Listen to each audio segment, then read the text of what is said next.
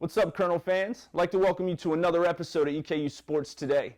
And this past weekend was a busy one for EKU Athletics. Over the last 3 days, there were 11 events that took place here on campus.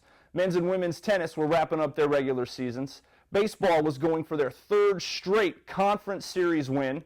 Softball would try to remain undefeated at home, and EKU football wrapped up their spring session with the annual maroon and white game.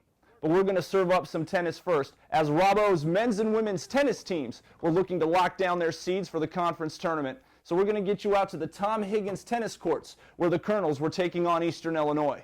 The women fell behind the Panthers, dropping the doubles point and losing at the 2 and 3 spots. But thanks to thrilling 3-set victories from Marina Marti and Raquel Montalvo, the Colonels got the 4-3 victory. The win would help the Colonels lock up the 3 spot for the OVC tournament. Now, the men would have a little bit easier time with EIU winning their 17th match of the season. Now, on Saturday, the men finished up the regular season a perfect 12-0 at home, beating SIUE 5-2. Alvaro and Grasscamp closed out their Colonel careers on top, winning their matches in straight sets. So Eastern will have to defend their conference crown as the 2 seed. We're going to pick up the pigskin for a second. We're going to talk Colonel football. The maroon and white game was held on Saturday, which signals the end of the spring session. Now, this annual contest pits the offense against the defense. The offense was in white this year, and they could score points their traditional way, touchdowns and field goals.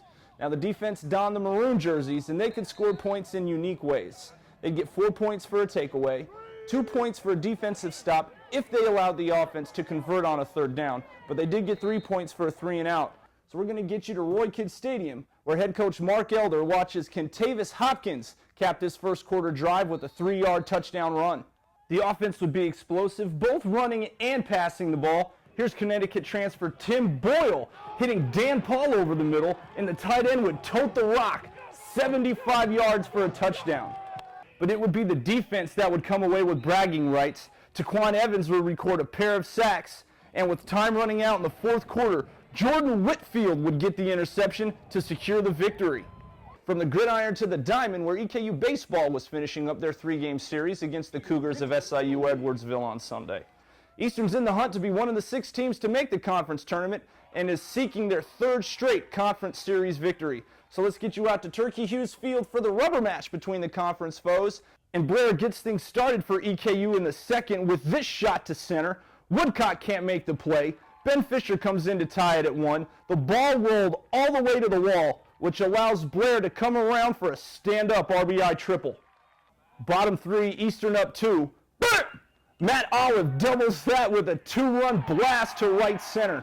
It was the first home run of the year for the junior, and he liked it so much he went yard again in the 5th as the Colonels secured their 3rd straight series win with a 12-1 victory. Kyle Nowlin also had a pair of solo blasts, and of the 12 Eastern hits, 9 of them were for extra bases. So the baseball team will look to stay hot as they travel to Marshall tomorrow before coming back home to take on East Tennessee State on Wednesday. From the baseball diamond to the softball diamond, where the Colonels bid for a series sweep against Belmont fell just a couple runs short.